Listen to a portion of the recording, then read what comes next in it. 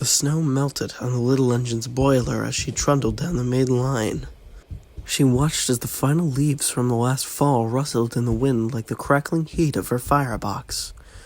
She watched the snowflakes flailed around her. She thought they looked beautiful. Then she thought of something else who was beautiful. It was the last train for the winter.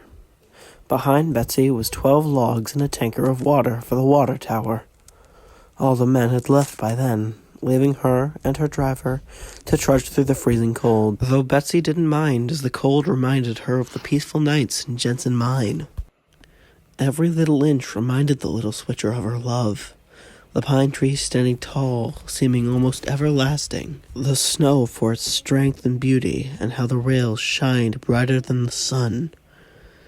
Betsy found herself in the yards in no time. She left the cars out in the depot, and inched ever closer to the old wooden shed.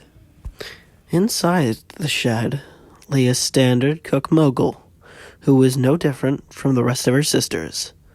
But to Betsy, she was the most extraordinary engine in the world. If they had had the time, they would have stared into each other's eyes forever. Betsy was content with life. She had her beautiful wife, her quaint little shed. She knew of close family members she could visit if need be. If Betsy had the power to change anything in the world, she wouldn't change a bit. Betsy was happy with life.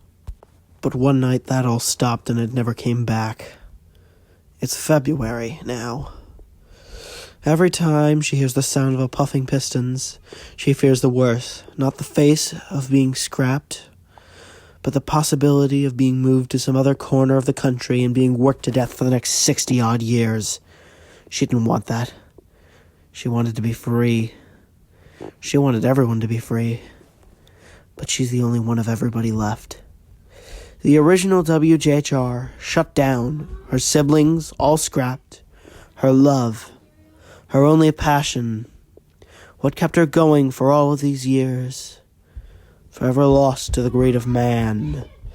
Betsy had nothing except a burning hatred for humanity and all that it had cost her.